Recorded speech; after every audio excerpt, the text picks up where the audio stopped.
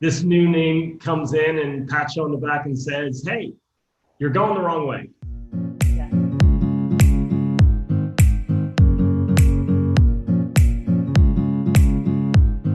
Yeah, I think a good place to start is how did you guys come to build the Freedom Project? Well, so obvious. Obvious. Once upon a time. Well, listen, I'll stay out of this conversation because both of those people are going to say it was their idea. So Simon never says it was his mine. idea. He doesn't take ownership of that. He takes ownership of saying, let's do it now. Yeah. Right? I just said, So, whatever. I would like to share how the Freedom Project was born, if you two don't mind. So it was kind of twofold. The first part was, him and I had been going to a lot of these meditation workshops. We met Simon at a meditation retreat. And for me personally, I would see people go home from events and really struggle once they got home to apply changes into their life. And I had made some pretty dramatic changes, and Scott had, and Simon had. And so part of it was like, there's a lot of people out there that need help implementing this stuff, all kinds of, I would say, spiritual teachings into their life, because it can be spirituality and spiritual teachings can be so abstract and broad that it's hard to funnel them into any kind of action in your life, which some would say spirituality is not about taking action. But even meditating as a monk living in the Himalayas has action in their day, right? They have commitment, and they're doing those things every day. So that was part of it. But the biggest part was, I clearly remember Simon was staying with us at our house in Philadelphia, and he had taught me while he was there. He walked me through at the time it was called Freedom Tools, a statement, an activation statement. It was the first time I'd ever done it, and it was extremely powerful. And this was while he was staying with us. And we had another friend at the time that was staying with us too, and she was going through this process with her husband at the time.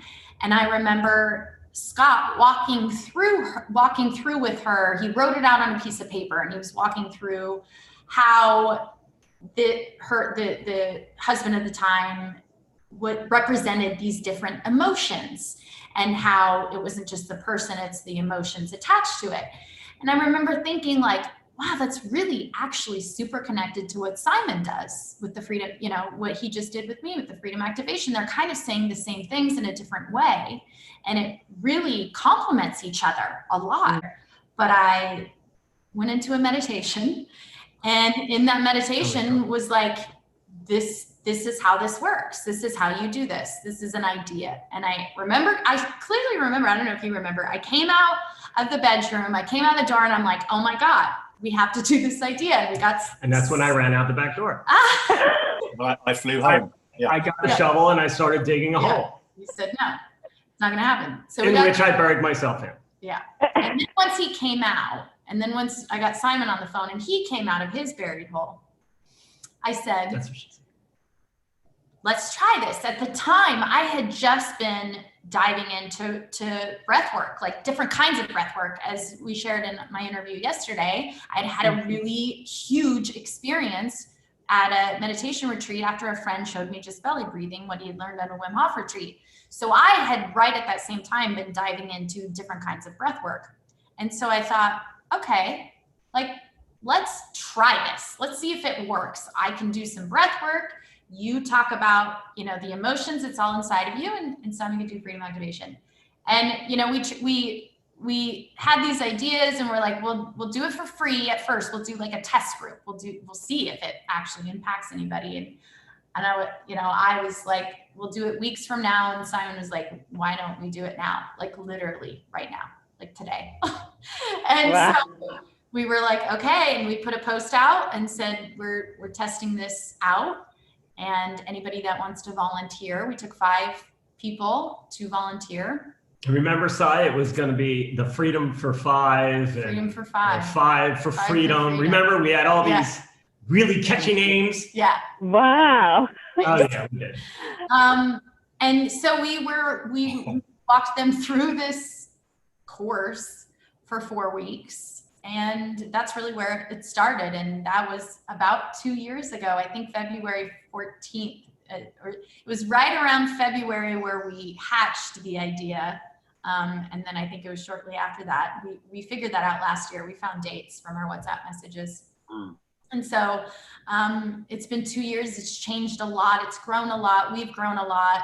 We've implemented a lot of things. We've seen a lot of results. We've taken those results and gotten better and evolved the course, and now have some pretty amazing people that are working with us. And yeah, that is how it was born.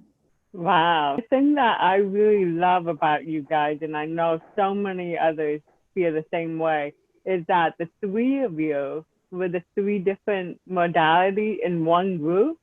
That's what I love about it. Is there anything like that? Well, that's why I really felt so strongly about this from the beginning, because I don't think there's literally any other coaching program out there that has three different modalities, combines them three into one. And the great thing about the three of us is that we all say the same thing, but in a slightly different way.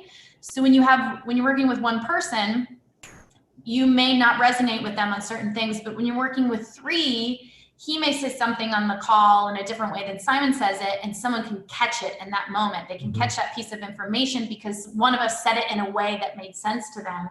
Yeah. And I think, exactly like you just said, Ninja, the really cool part is, they used to all be live calls for the first, almost a year. They were all live calls. And then we realized that wasn't really, we couldn't continue. Yeah, it was not sustainable for people. People work, all these things, but we wanted to keep the live aspect. We felt that was really important.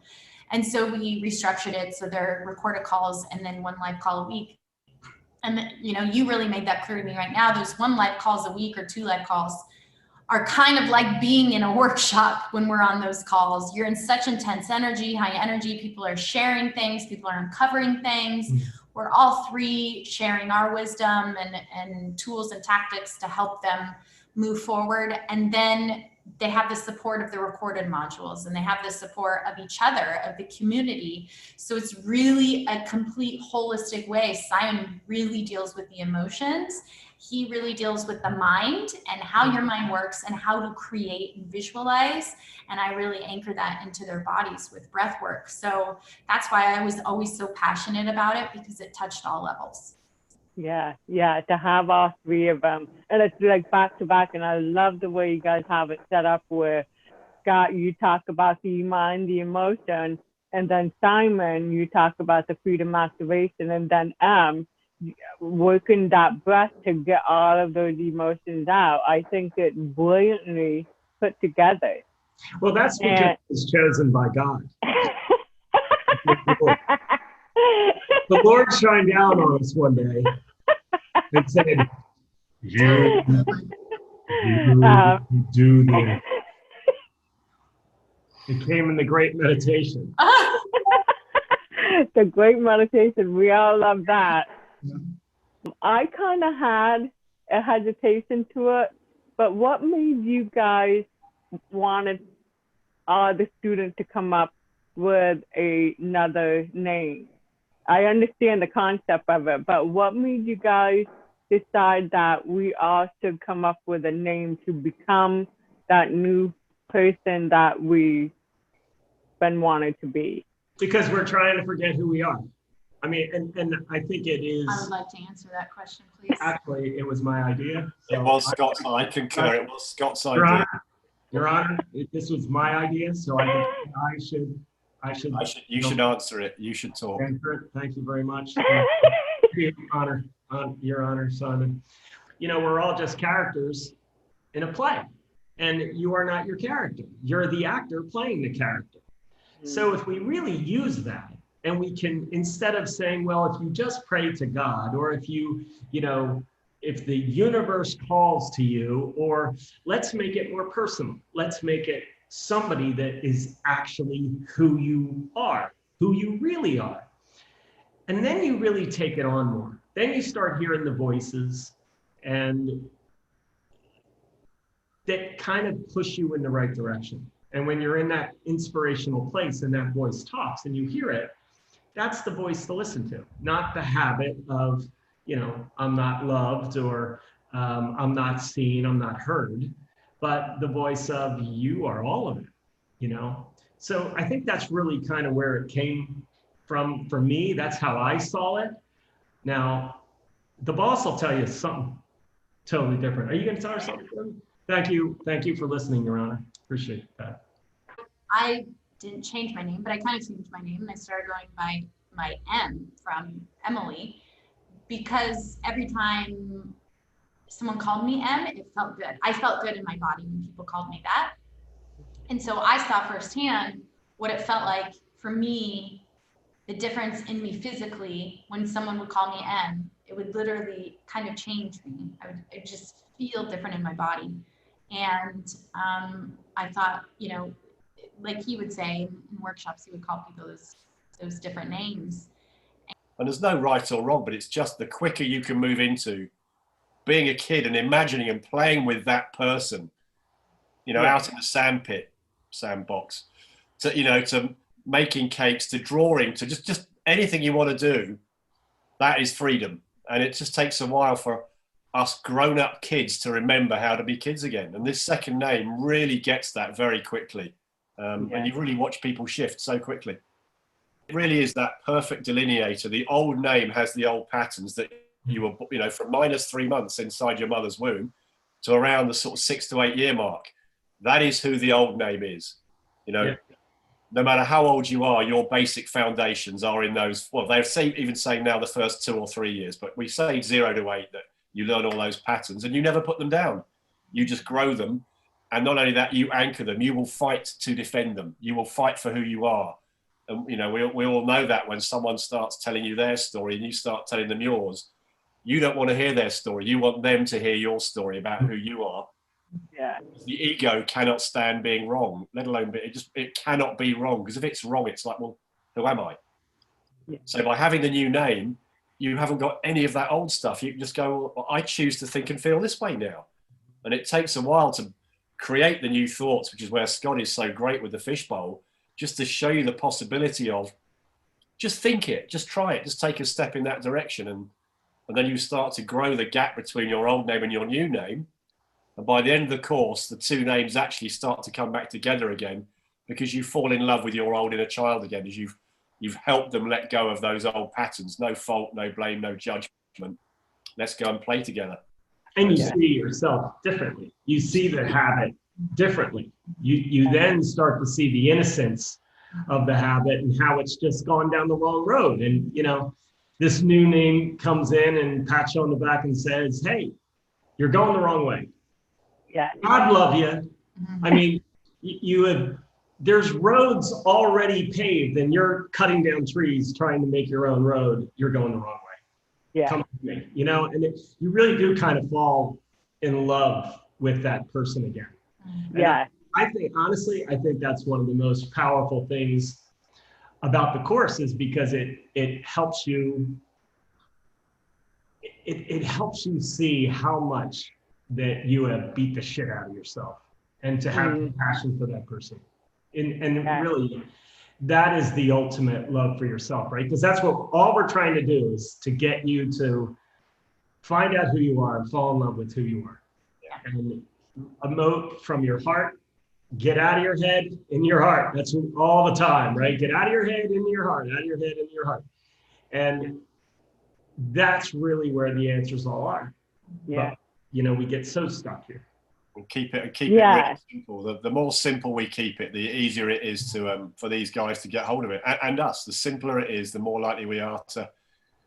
Now that I have Ninja, she's able to remind me whatever emotion or feeling I'm feeling, that it's okay. And that's what I learned from the Beyond Limits, is that you guys gave me the permission to actually feel those, whether it's bad, the good, or the ugly. It reminds me that one of our students that we've had come through the course, we call him Joe Potato. And I still remember the first call of ours, he said, okay, how do I get rid of this anxiety? Like, you know, you go to a doctor and you say, okay, get rid of this anxiety, like shove it down, make it go away. Pills. And that's the model, right? That's the cultural norm model. Take something, shove it down, don't talk about it, Right. ignore it. And we all said to him, no, that's not this kind of course. You have to sit in that. You have to sit in that because the only way out is through. And you've been trying to run and hide and shove it your whole life, which is what has brought you here. So it's not about just getting rid of it really quick. It's about sitting with it. That's where the work is. That's where most people find where they stop, is because they're so uncomfortable to sit in those emotions. They've been so used to hiding from them their whole life and taking a pill to make them go away or shoving them down, that it's really fucking uncomfortable to have to sit with them. And it's exactly what you have to do. Yeah. I think our approach is give us your pain. You know, use that pain, use that condition. If you got cancer, there's a reason for it, because it wants you to be free. So let's use that. Let's use this pain that you have stored up. Let's use that shame that you have stored up, that guilt that you have stored up. Let's use it. And let's make your life so uncomfortable that you have to make a choice. You have to make a move. You know, you have to get in the river, right? Because just we were talking about, Suzanne, just a little while ago, about that bank that you're standing on has to be so uncomfortable, it has to push you into the river. Yeah. And so if we use that, and I think that's what those conditions are there for. I think that's why those conditions come, because who you really are, you know, the ninja says, all right, I'm just going to make this uncomfortable. If you're not going to listen to me, then I'm just going to put you in the freaking bed, and I'm not going to let you move. Yeah. Maybe you'll listen then. Maybe you won't, but maybe you'll listen. And I think that's really what it comes down to. Us listening to that voice that says, just let this go. Yeah. But people don't want to let go. Yeah. They really have trouble letting go of that pain because they just believe they deserve it. They were taught. We were all taught that way. Right. Right. And it's hard. That part is difficult. You know, that part is difficult. Yeah. Yeah, I think for the ones that are really hard, we talk about it a lot, are the justified resentments, where someone has actually done something to you. Yeah. Especially when you're a young kid and you don't have the ability to really understand it and think it through. You just have the context of what happened and you really felt it. And you've carried that for years and years and years and years and years. To put that down when, no, they really did do that to me. It's their fault I feel like this. Those are the really hard ones to put down. But it is, we invite people to say, okay, are you going to let that define you for the rest of your life? That person may well be deceased, and you are still holding resentment against them. They do not feel your anger or pain, much as you want to project it onto them. The only person it is hurting is you. And it's a really big ask to get someone to look at that in a different way. But that's where the freedom is. That's where you can change. I know I talked to you, Scott, in July, and I know 5 months before that, I would not be ready if you had approached me then. I can say that now. Yeah. Is that you don't welcome everybody into the community without knowing that they're ready? Yeah. Is that okay? That's a perfect way to put it. And at first, it took us a while to really get to a space of getting very clear on this very question within ourselves. And what we realized in the last 2 years as people came through the course is there was a distinct difference between the people that actually took what we were teaching them and applying it and changing their life. There was a distinct difference between the two. And that was the people who were at a place in their life that they fundamentally could not keep going as it was. They were, like you said, they were at the point in their lives where they have to make a change. They are committed. And we talk about this a lot in the course. This is actually from, I think, John Assaraf, but interested or committed. and the two of them. And some people, we're working on right now creating a mini series of very basic concepts for people who aren't necessarily ready to dive all the way in and make massive changes in their life. And so we have things in place for those that are like, yeah, I want to learn more about the law of attraction. I want to learn more about how emotions affect me in my life. I want to learn more about breath work. I want to learn more about these things, but I'm not necessarily ready to like dive in deep. There are concepts that we cover and talk about that you have to have a certain vocabulary and understanding of when you come in, because if you don't, you would be lost with a lot of the language that we use. You have to be comfortable being in a place in your life where you do understand that you are the creator to some extent. I mean, we wouldn't want anyone to come in, or we wouldn't have anybody come in that doesn't have a basic understanding of that they have some responsibility. There's a spectrum there, right, that we take people through. We have an app after people go through our Beyond Limits course. We have what's called the after show, and that's another 12 weeks with us. And that's really where we see a lot of the actionable things happen. So what the answer to your question is, no, this isn't for every single person on this earth right now, because you do need to be at a place where you're ready to make changes. We aren't interested in people coming in that want to hold on to their stories more than they want to hold on to change. We just can't help those people. They need to be at a place in their life where they are ready to set down that story, where they're ready to make big changes in their life. This will fundamentally change your life. It will. It will change your life and who you are as a person. And that is what has to happen in order for you to create what you want to create in your life, whether that be a new career, or whether that mean you're a mom that the kids are about to move out and you've completely lost yourself, whether that be somebody who's a business owner that's like ready to take their business to the next level, but they know they have to change on the inside in order to do that, whether that's something that somebody that's looking for a partner. They have to get to a place where they realize that starts and ends with themselves, and they can make those massive changes to create all of those things that they want, but they have to be at a place that they're ready to do that, if that makes sense. You definitely have to be ready to go down the road. I mean, it's true. We don't want to waste anybody's time if that's not what you're interested in. But here's the thing, you don't have to have, dying of cancer.